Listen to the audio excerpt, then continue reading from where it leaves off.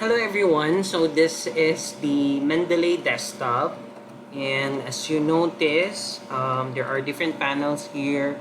We have here the my library panel, and then the authors is you have added is already also listed here, and this pane here is for the documents that you have added. And then if you click the document, the document information will be listed also here. Yeah. You can also create folders. Wait. Just go to.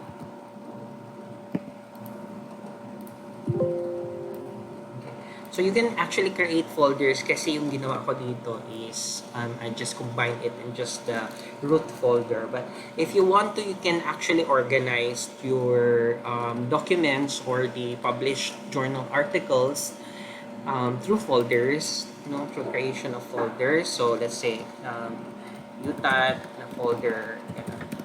Okay, so ayan. So I'll just go to my created na folder, TAM. TAM means Technology Acceptance Model. It's actually a concept for how technology is accepted in a specific organization.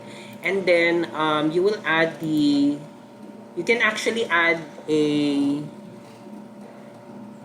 published article or any document by just clicking the add button here, and then just navigate po kung saan saan siya save yung document. So the document is saved on I think I saved it on this side here. Okay, and most likely the Mendeley desktop, they accept naman most formats of document formats. However, mas mabilis ma-detect yung information if the published article is in PDF. Kasi most of the published articles naman is in PDF format.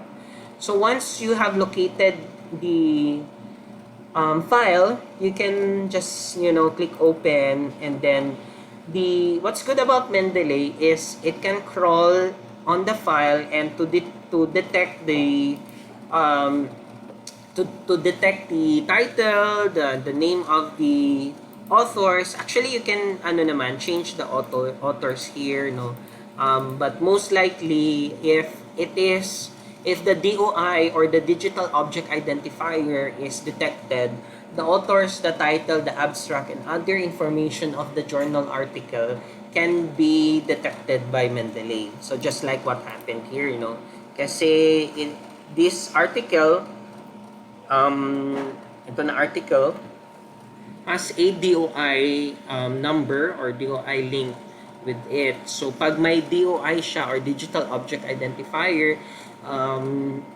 it is easy for many reference managers and different na mga databases to detect the information of the article. So ito yung DOI niya, here. Okay, so ito yung article basically, this is downloaded, and this article is also for free, free of use, and free of access as well. Okay, so as you notice, meron siyang DOI. This is the DOI and the title, the authors, etc. Okay, let's go back in the Mendeley. Okay. I'll use a magnifier. Okay, so this is the article added. So as you notice, yung questionnaire, yung title, this is the title, authors, and then the journal name, the year published, volume, issue, pages, abstract, and then the DOI, and then the ISSN number, etc. So as you notice, what we have did earlier is only upload the file, and the Mendeley can automatically detect it. Okay? So you can add more files if you want to, and then you can sort it or arrange it in different folders, etc. Okay? Right. So we will try to apply it in Word. Just I mentioned earlier that it is better if you have installed plugins in your Word, so that it is easy for the word processor application or the Microsoft Word to access the Mendeley database or the Mendeley list that you have created, no, in your Mendeley desktop.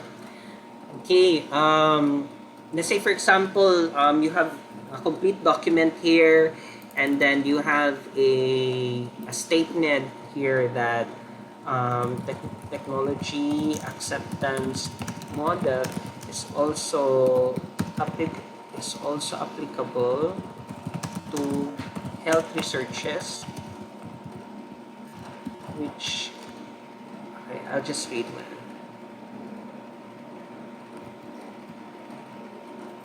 Helps and patient information such as in. So let's pwede nang wala yung such as. Okay, so you can actually now, kasi let's say for example, ito na statement, this is cited, no, from that from this article, and then we already have added this article in our Mendeley. Ito, nandito siya. Okay? So, how to use, no, the exam, assuming that you have already installed the Word plugin of the Mendeley desktop. So you can just go to the references, and as you notice in the references part, meron na siyang pane for the Mendeley Cite-O-Matic. Okay? So you can actually select insert citation, etc. You can select what style you want. Ang naka-default kasi na style dito is yung asticage na style. So I'll just use the APA format na 7th edition, let's say for example, or try IEEE. So let's try the APA format 7th edition. Okay. Yes, I'm properly signed in. And then insert citation. Ayan. So this this will be mag-pop up siya, and then you will just search the title, no, or the author. So as you we can remember, our title is a questionnaire approach based on the technology acceptance model. Okay, I'll just click insert again. So I'll just search a questionnaire approach here. Ayan. So ito yun, di ba? Questionnaire approach based on technology acceptance model by Hossein Muhammad Abu Dalbo in 2013. So you just click that, and automatic na din siya maglabas yung citation niya, which is this. Okay? And then you can put more text here, and then you can cite, no, more articles, no, based on your Mendeley list.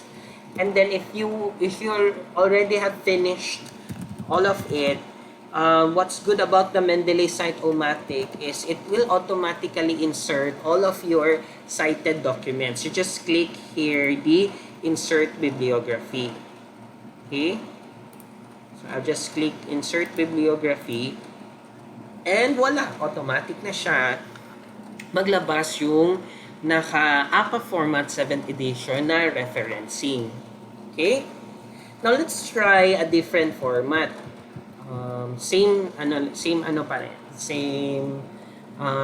journal article. So let's try the IEEE, because in computing researches, we usually use IEEE na reference style. Okay, here in the dito sa amin sa DNSC. So I'll just click IEEE and then click insert citation, and I will search. Ito siya. Yan. So, di ba ang IEEE, it's Ang citation niya is denoted with a square brackets with the number inside it. And then if you have finished all of your citations and you have inserted all of the citations needed in your document, you just click Insert Bibliography. Then automatically the Mendeley Cite-O-Matic in the Word plugin will just automatically insert the reference list in IEEE format. Okay? So that's how you basically use Mendeley and how you integrate it in Word. It's actually fairly simple to use Mendeley Desktop. You just need to install, you just need to have an Elsevier account or a Mendeley Desktop account, and then you install the Word plugin, and then you can organize the articles and files. And yun, that's how fairly easy to use the Mendeley Desktop. Okay, so if you have any questions in the Mendeley Desktop, you can just contact me. How to if you have more clarifications, kasi ang dami pang mga other na mga features dito sa Mendeley Desktop that you can explore. For now, ito lang muna.